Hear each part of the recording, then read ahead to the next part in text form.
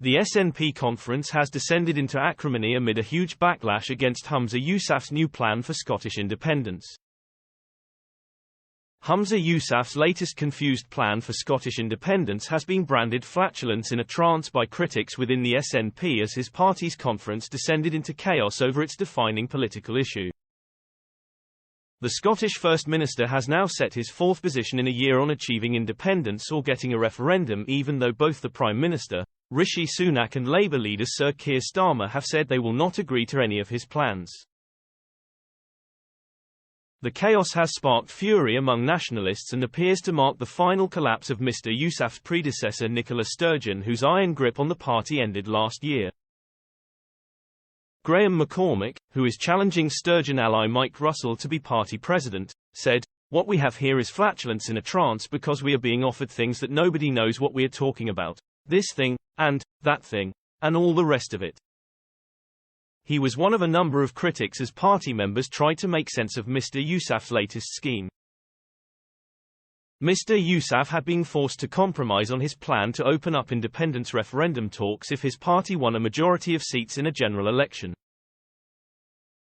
This would have meant that if the SNP had 29 or more MPs elected, he would argue he had a mandate to ask the question again, even though the referendum in 2014 was supposed to be a once-in-a-general event. Instead, he now agrees it needs to be a majority of constituencies. He had opened the debate by rejecting his mentor Ms Sturgeon's plan to make the general election itself a referendum on Scottish independence. She had wanted Scotland to be able to start negotiations to break away if the SNP won a majority of seats.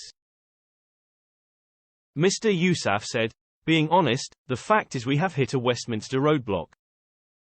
So if they are going to deny us a referendum, let us use the general election to put independence front and centre.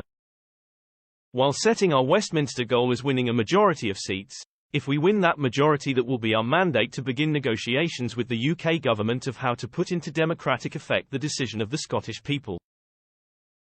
Mr Yousaf added, "Westminster is denying Scotland a democratic referendum. That tells you precisely who fears democracy, and no wonder." But a rebellion was led by veteran Perth MP Pete Wishart, who insisted that a mandate must be a majority of votes. Others were critical of any strategy which required Westminster's permission. Aya Dobson said, "Any resolution that requires us to go cap in hand to Westminster is a betrayal to the sovereign people of Scotland." He warned that as the Rutherglen and Hamilton West by-election drubbing underlined, "We no longer have the confidence of the people to deliver independence." He said, "We need a resolution that's actually going to deliver." Meanwhile, former SNP leader Alex Salmond, now leader of a new pro-independence party ALBA, has been warning that the party needs a change of direction on the issue. But unionists now believe the SNP has completely lost touch with ordinary Scots.